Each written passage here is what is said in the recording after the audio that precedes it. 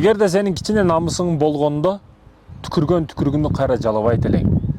Адамдын көңүлүн сындырып, аялдын жүрөгүн талкалап, кайра ага аракет кылбайт элең.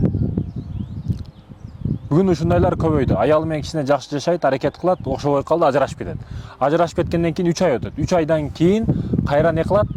Кайра эле сообщениялар аркылуу ар кандай соцсеттерден жазышты баштайт. Түкүргөн жалайт, мындайча айтканда. Мен сени мурдагыдай жакшы көрөм, сен меникисиң, сени кое бербейм. Талак берип бүткөн уже. Мүмкүн эмес. Нике жактан жарашышка мүмкүн эмес. ЗАГСтан ажырашып бүткөн. Анан кайра жаза берет сообщение аркылуу. Бул түкүргөн кайра жалаш деп аталат да. Мүмкүн эмес нерсени кылып атат. Сен көңүлдү сындырып бүттүң. Талкалап бүттүң жан дүйнөнү. Эми кайра кайтпа. Күчүң болсо, эркиң болсо кайра кайтып келбе. Жазба, чалба, аракет кылба. Каабаны талкалап бүттүң.